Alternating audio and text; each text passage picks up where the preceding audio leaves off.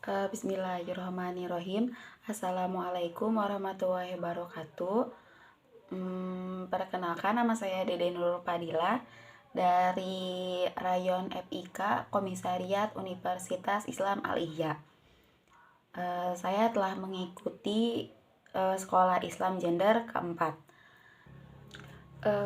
Setelah mengikuti SIG ini, saya jadi mengetahui tentang implementasi Undang-Undang Tindak Pidana Kekerasan Seksual. Nah, sebelumnya apa sih kekerasan seksual itu? Kekerasan seksual itu perbuatan merendahkan, menghina, melecehkan, atau menyerang tubuh seseorang atau alat reproduksi seseorang secara paksa gitu. Nah, jadi ada jenis-jenis kekerasan seksual. Yang pertama itu ada verbal. Verbal itu misalnya contohnya menghina penampilan seseorang gitu. Terus ada juga non fisik, misalnya merendahkan, melukai harga diri seseorang gitu. Lalu ada juga fisik. Kalau fisik itu lebih ke menyentuh, mengusap, meraba, terus memegang gitu alat, maksudnya tubuh kita gitu.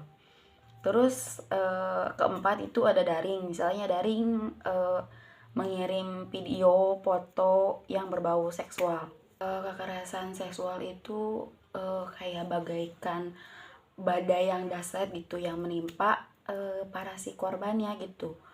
Nah, kekerasan seksual ini tuh meninggalkan bekas yang mendalam bagi si korban kekerasan seksualnya. Korban kekerasan seksual itu tidak hanya sakit secara fisik gitu, tapi mentalnya juga pasti kena. Terus bisa menjadi trauma yang mendalam gitu kan bagi korban kekerasan seksual. Nah, jadi ada juga dampak kekerasan seksual ini tuh tidak hanya dirasakan oleh korban gitu kan, tapi juga keluarga si korbannya gitu. Kayak rasa malu, terus kayak sakit hati, hancur, terus juga bisa kayak kehilangan kepercayaan gitu kepada orang lain. Adapun gejala kekerasan seksual yang bisa terjadi pada si korban gitu. Yang pertama selalu mimpi buruk gitu. Terus menjadi sangat tertutup, pendiam gitu kan.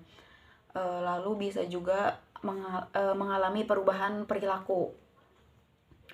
Lalu ada juga menghambat pendidikan gitu kan.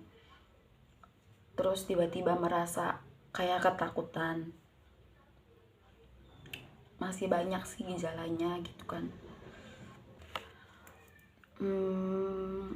Dari kekerasan seksual ini kan bisa terjadi bunuh diri, terus pembunuhan.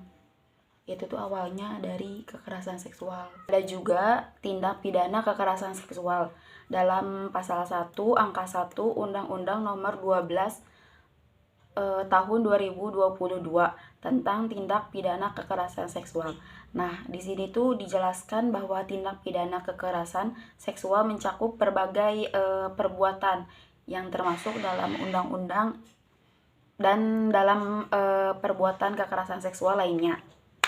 Nah, ini tuh diatur di undang-undang.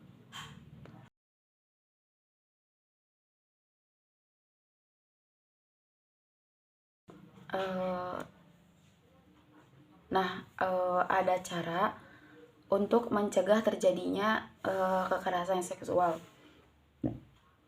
Yang pertama itu pendidikan dan kesadaran para masyarakat. Lalu yang kedua ada pembentukan kebijakan dan undang-undang yang efektif. Yang ketiga ada peningkatan kesadaran korban dan pemberdayaannya. Begitu. Mungkin sekian dari yang saya ketahui gitu. Sekian, terima kasih. Assalamualaikum warahmatullahi wabarakatuh.